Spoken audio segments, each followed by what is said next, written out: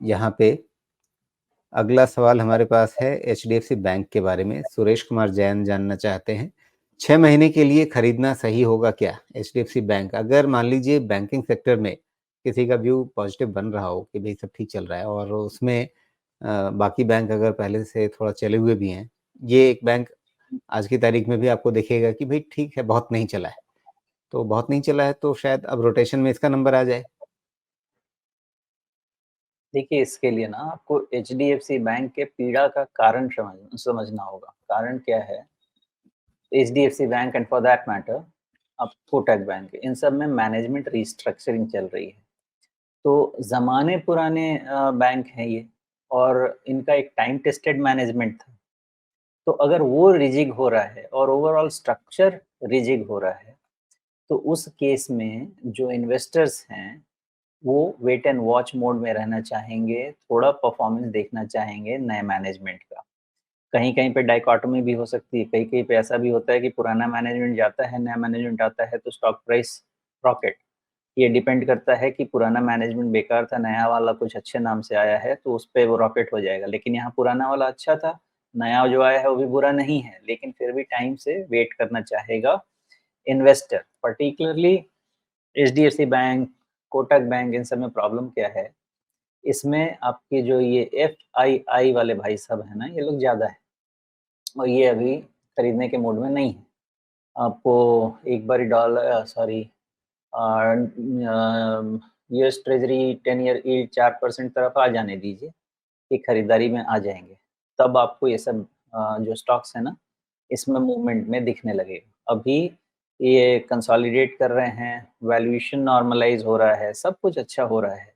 और रही बात एचडीएफसी बैंक की, ये सब स्टॉक पोर्टफोलियो स्टॉक होते हैं, इनसे कोई 25% 50% रिटर्न उम्मीद नहीं करता है। ये अगर 12-15% का सीएजीआर अगले 10 साल तक दे रहे हैं, बहुत अच्छा है। तो किसी साल आपको कोई रिटर्न नहीं देगा, 2 साल कुछ नहीं देगा। हो सकता है 1 साल आपको 30% बढ़ा के दे दे। तो वैसे ही इसका सीएजीआर चलता है। एचडीएफसी बैंक को खरीदने के लिए कोई टाइम करना नहीं चाहिए। इसमें आप जैसे एमएफ म्यूचुअल फंड में एसआईपी करते हैं, वैसे आप इसमें एसआईपी करके छोड़ सकते हैं। पेशेंस रखेंगे, साल 2 साल 3 साल तो नहीं मिलने का पैसा तो सवाल नहीं होता है, as long as you believe कि हमारे भारत में क्रेडिट ग्रोथ होगा, बैंकिंग सेक्टर ग्रोथ होगा, इकोनॉमिक ग्रोथ होगा। अगर आपका ये बिलीफ है, तो एचडीएफसी में बैंक में बिलीव नहीं करने का कोई क्वेश्चन नहीं है। लेकिन वन टाइम इसका कोई सॉल्यूशन जवाब नहीं है, बिकॉज़ जिस तरह का नेचर ऑफ करेक्शन है इसका, अभी नहीं कहा जा सकता है कि कंप्लीट हो गया है कि नहीं हो गया है। मुझे लगा था कि 1500 के आसपास कहीं करेक्शन हो सकता है, रुक जाएगा, लेकिन 1400 तक भी जा सकता है, उससे इनकार नहीं किया जा सकता है। तो इस तरह से आप एचडीएफसी बैंक को एक पोर्टफोलियो स्टॉक लेके जाएँगे, दिक्कत नहीं होगी। एचडीएफसी बैंक जिस दिन चलना शुरू हो जाएगा, उस दिन आप इसमें एंटर नहीं कर पाएँगे। ये भी एक बहुत बड़ा सच है। तो ये सब जी। आराम से पेशेंटली लेके रखने की चीज़ें होती हैं।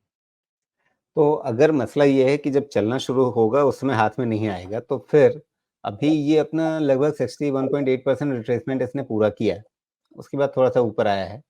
तो लगभग 1450 के आसपास वो 61.8% रिट्रेसमेंट है। अभी ये 1500 के आसपास है। लगभग ₹50 का रेंज नीचे से बना है। अ, तो आप 1450 पे लें, 1500 पे लें, अगर आपका नज़रिया 3 साल का है, तो क्या ये एक्यूमुलेट करने के लिए बढ़िया लेवल नहीं है? नहीं, एचडीएफसी बैंक अपने आप में एक पूरा का पूरा एसआईपी है। इसमें जो भी करना है स्टैगर्ड बाइंग करते रहेंगे तो फाइनली रिवार्ड मिलेगा, उसमें मुझे कोई शक नहीं है। लेकिन व्यू लंबा रखिए, 2 साल 3 साल का रखिए, तो 2-3 साल में किसी एक साल आपको पूरे 3 साल के लिए कॉम्पेंसेट करके चला जाए। जी।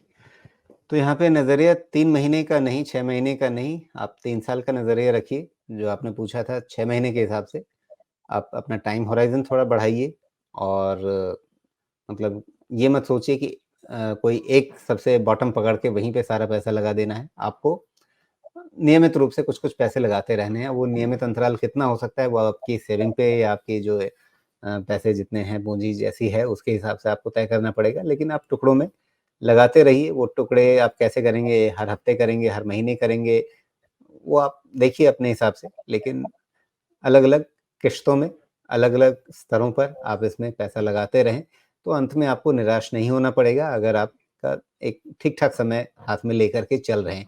6 महीने वाला छोटी अवधि का ट्रेड या छोटी अवधि का निवेश नहीं, आप इसमें लंबी अवधि के निवेश के लिहाज से पैसा लगाएँगे, तो वो बेहतर रणनीति बनेगी।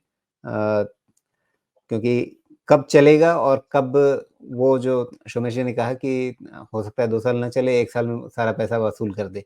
तो वो आप अगर चाहेंगे कि वही 1 साल मुझे पकड़ना है, बाकी 2 साल मैं इसमें समय क्यों खराब करूँ? तो उतनी चतुराई जो है ना वो शेयर बाज़ार कभी-कभी माफ़ नहीं करता है या उसके मौके देता नहीं है। जब तक आपको चाल समझ में आएगी तब तक वो मौका निकल जाएगा। तो लेकर के बैठे रहिए या जैसे सोमेश कह रहे हैं कि आप एसआईपी वाले तरीके से पैसा लगाते रहिए, तो फिर बाज़ार आपको रिवार्ड कर देगा।